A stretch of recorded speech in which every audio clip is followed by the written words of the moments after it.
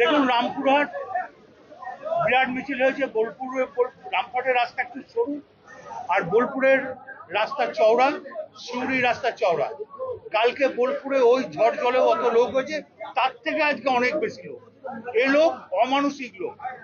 এ যা লোক হয়েছে আজকে সিউড়ির মিটিংয়ে, সিউড়ি সাব ডিভিশনে, এবং সিউড়ি সাব ডিভিশনের যারা এমএলএ আছে তাদের ধন্যবাদ জানাই, যারা ব্লক প্রেসিডেন্ট আছে তাদের ধন্যবাদ জানাই, যারা অঞ্চল প্রেসিডেন্ট আছে তাদের ধন্যবাদ জানাই, যারা বুথ প্রেসিডেন্ট আছে তাদের ধন্যবাদ জানাই, যারা অঞ্চল প্রেসিডেন্ট আছে। এই সংগঠন মমতা ব্যানার্জির সংগঠন এবং কাউন্সিলরদের সংগঠন।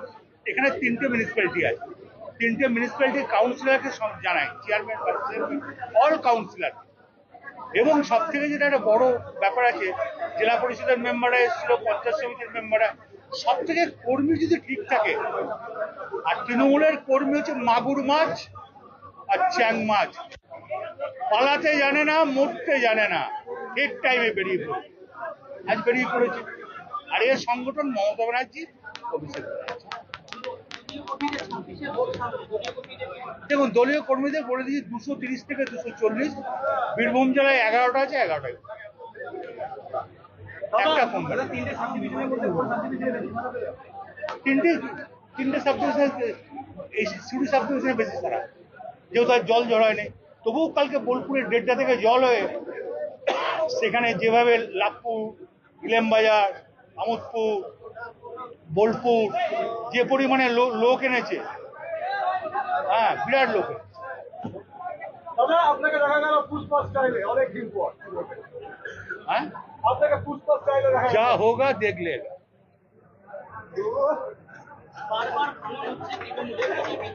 হ্যাঁ, আমি একটা কথা বলি, যখনই তৃণমূলের কোনো বড় প্রোগ্রাম হয় না, তখন এটা গট আপ কেস করা হয়।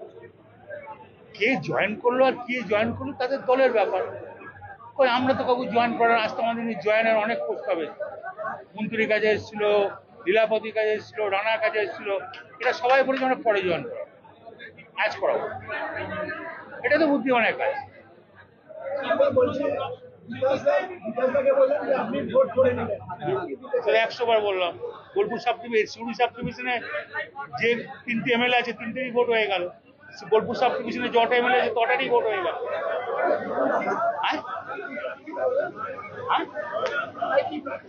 নিশ্চয়ই মমতা ব্যানার্জি যারা রানিং ক্যান্ডিডেট তাদেরই প্রার্থী করবে। পশ্চিমী ব্যাপক লোক এনেছিল, আমি দেখেছি তো। পশ্চিমীর জন্য আমার 8 ঘন্টা দেরি হয়েছে। পশ্চিমী যা বাস লোক করেছে, অমানসিক লোক। লোক কারো নয়, মমতা ব্যানার্জির লোক। আমার আপনার লোক নয়, মমতা ব্যানার্জির লোক।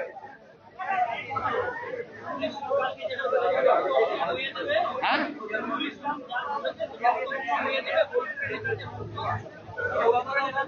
কে পাগলের মতন কি বলছে তার জবাব তোমাকে দিতে বাধ্য নয়।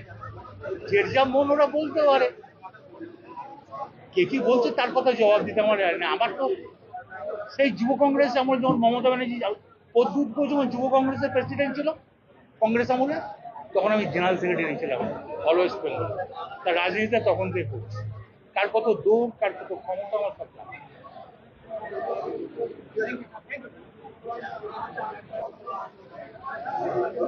কি ছোট মাছ কদিন জলে আনলে লাফালাফি করে, ঘন ঘন দেখা দেয়, তারপর আস্তে আস্তে খেলা তো আরম্ভ হয়েছে ভাই। যা তোর বিরাট আশীর্বাদ সংকট মোচন। সংকট মোচন পাঠিয়ে দিল গদা। গদা তো খারাপ জিনিস নয়, ভীমের হাতে গদা ছিল, সংকট মোচন হাতে গদা। যে দেখা গেল এই দেখুন, সমর্থকদের উচ্ছ্বাস আবেগকে তো আমরা অমান্য করতে পারি না। সেটা তাদের মধ্য দিয়ে বেরিয়ে আসছে, সেটা তাদের ব্যাপার। কিন্তু যে ভোটের কথা বলছেন, আমরা দেখেছেন 23-এ নির্বাচন বীরভূম জেলা কোর কমিটি করেছে, 24-এ নির্বাচন বীরভূম জেলা কোর কমিটি দ্বারা পরিচালিত হয়েছে মমতা বন্দ্যোপাধ্যায়, অভিষেক বন্দ্যোপাধ্যায়ের নেতৃত্বে।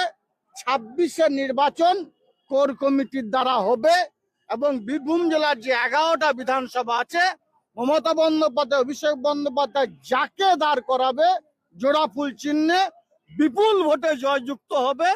ভোটের গণনা কেন্দ্রে গিয়ে মিলিয়ে নেবেন। আজকে দাঁড়িয়ে কথাটা বলছি, আর বিরোধীদের নাস্তা নাবুদ করে ছাড়বো। ব্লক সভাপতি আপনার সঙ্গে ছিল, অথচ অনুব্রত মণ্ডল বললেন অশ্বিনী লোক এনেছে, আমি অশ্বিনীর উপর খুশি। এটা নিয়ে কি বলবেন? দেখুন, আমি গ্রুপ দ্বন্দ্বে বিশ্বাসী নই।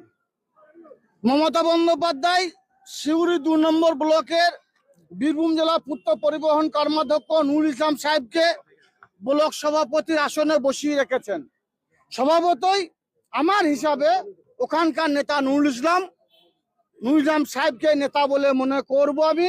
উনি ব্লক প্রেসিডেন্ট, উনার দ্বারাই সিউড়ি 2 নম্বর ব্লক পরিচালিত হবে। যতক্ষণ পর্যন্ত রাজ্য থেকে কোনো নির্দেশ না আসবে ততক্ষণ পর্যন্ত নুরুল ইসলামই সিউড়ি 2 নম্বর ব্লকের ব্লক প্রেসিডেন্ট ছিল, আছে, থাকবে। জিন্দাবাদ বক্সে গান বাজছে এবং তাতে সমর্থকরা নাচছে, কি বলবেন এতে? আমি এই বিষয়ে একটাই কথা বলবো, তাদের নিজস্ব দল করা উচিত। মমতা বন্দ্যোপাধ্যায়ের দল করা তাদের উচিত নয়। আর আমি মমতা বন্দ্যোপাধ্যায়ের সৈনিক। আমি আবার বলছি, এই দলটা করতে গিয়ে আমি আমার 2 দাদাকে হারিয়েছি, বাবাকে হারিয়েছি। আমিও সেই পথের প্রতীক ছিলাম। একাধিক মিথ্যা মামলা আমার গলায় পরানো হয়েছিল, কিন্তু কোনো সময়ের জন্য আমি চাইবো না মমতা বন্দ্যোপাধ্যায় জিন্দাবাদ, অভিষেক বন্দ্যোপাধ্যায় জিন্দাবাদ ছাড়া অন্য কোনো আওয়াজ উঠুক। যারা আওয়াজ তুলতে চাইছে তাদেরকে বলবো, আপনারা নিজের দল তৈরি করুন, দিয়ে কত জিন্দাবাদ বলতে পারেন আর কত মানুষ আপনার সঙ্গে থাকে দেখে নেব।